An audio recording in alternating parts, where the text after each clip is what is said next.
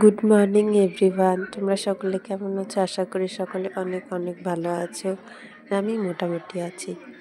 তো যখন ভিডিওটা করেছিলাম তখন ভালোই ছিলাম, কিন্তু তোমাদের সাথে আমি অনেক দিন ধরে কোনো ভিডিও শেয়ার করিনি। আমার শরীরটা না খুব খারাপ হয়ে গেছে। সর্দি, জ্বর, কাশ, মানে কি বলবো, সব দিক থেকে একবারে ঘিরে ধরেছে। নতুন নতুন ঠান্ডা পড়ছে, তাই জন্য জ্বর সর্দি থেকে সবাই সাবধানে থেকো। ভিডিওটা যখন করেছি আমি তো খুব ভালোই ছিলাম, কিন্তু তারপরে যে ভয়েস ওভার দিয়ে তোমাদের সাথে শেয়ার করব সেটা আর করা হচ্ছে না। মানে এতটা পরিমাণে কাশ ধরেছে, কিছু বলার নেই। তো সেদিন আমি ভালো ছিলাম, তো আমি সকালবেলা উঠে সমস্ত কাজকর্ম করে নিয়েছিলাম। তারপরে স্নান করে ঘরে চলে এসেছি। তো আমি একটুখানি ক্রিম লাগিয়ে নিলাম, তারপরে মাথা চিরুনি করছি। তোমরা সবাই কেমন আছো অবশ্যই জানিও। আর বন্ধুরা, এই সময় না তোমরা ঠান্ডা লাগিও না, কারণ আমি নিজে বুঝছি তো, মানে প্রচণ্ড পরিমাণে ঠান্ডা লেগেছে, আর কিছু বলার নেই। তাই আমি ফ্রেশ হয়ে গেলাম, এবার আমি যাচ্ছি, তোমরা দেখো। তো বন্ধুরা, আমি স্নান করে চলে এসেছি, এখন সম্ভবত 12টা বাজে।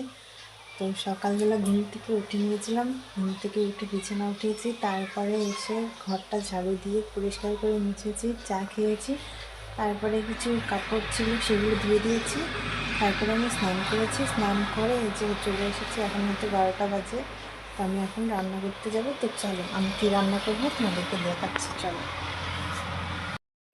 আমি দেখো, পাঁপড় ভাজা করেছি, বেগুন ভাজা করেছি, ওদিকে ডিমটা ভেজে নিচ্ছিলাম, সিদ্ধ করে নিয়েছিলাম, সিদ্ধ করে ভাজছি, ডিমের ঝোল করবো। ওইদিকে মশলা কেটে রেখেছি, আর চচ্চড়িটা রান্না হয়ে গেছে, ডিমের ঝোলটা হয়ে গেছে। তারপরে তোমাদেরকে সব কিছু আরেকবার দেখিয়ে দিচ্ছি।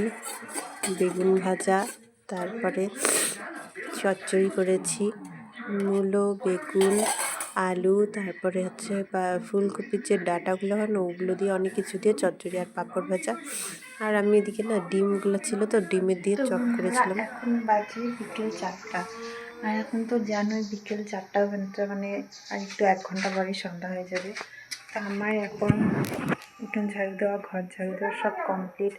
খাওয়া দাওয়া করে নিয়েছিলাম দুপুরে, তারপরে খাওয়া দাওয়ার পরে আমি উঠোন ঝাড়ু দিয়েছি, ঘরটা ঝাড়ু দিয়েছি, কাপড়গুলো এনেছি, তো যেগুলো ভেজেছিলো ওগুলো মেলে দিয়েছি, আর শুকনোগুলো আছে, চলো তোমাদেরকে দেখাবো।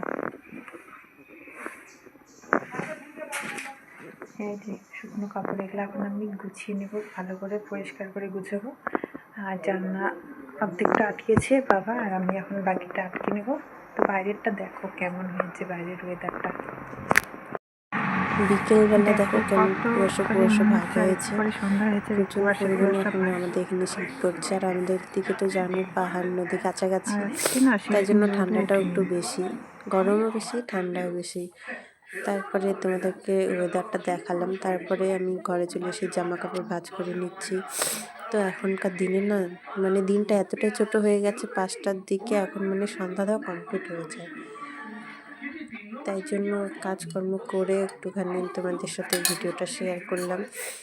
শেয়ার তো করিনি, বাইরের ওয়েদারটা দেখালাম। আমি সব কাজ করে এসেছি, তারপরে জামা কাপড়গুলো শুধু বিছানায় রেখে দিয়েছিলাম, আর বাকি ঘর ঝাড়ু দেওয়া, উঠোন ঝাড়ু দেওয়া সব কমপ্লিট হয়ে গিয়েছে।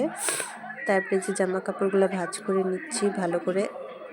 আর প্রতিদিনের জামা কাপড় প্রতিদিন ভাঁজ করি, কারণ যদি রেখে দেই পরের দিন সকালে আরও ভাঁজ করতেই হবে, আর সকালে যদি ভাঁজ করতে যাই তাহলে মানে পরে সকালের কাজকর্ম করতে দেরি হয়ে যায়। তাই জন্য আমি যখন মনে করো যেদিন কাপড় শুকিয়ে যায় সেদিন আমি যদি বিকালে পারি তো বেশিরভাগ বিকালেই গুছোই, যদি না পারি সন্ধ্যা দিয়ে এসে গুছিয়ে রাখি, নাহলে না পরের দিন অসুবিধা হয়ে যায়। কারণ আর সন্ধ্যাবেলা দেখতে হয়, কোনো টুকিটাকি কাজ থাকলে করে নিতে হয়, যাতে পরের দিন কাজ করতে সুবিধা হয়।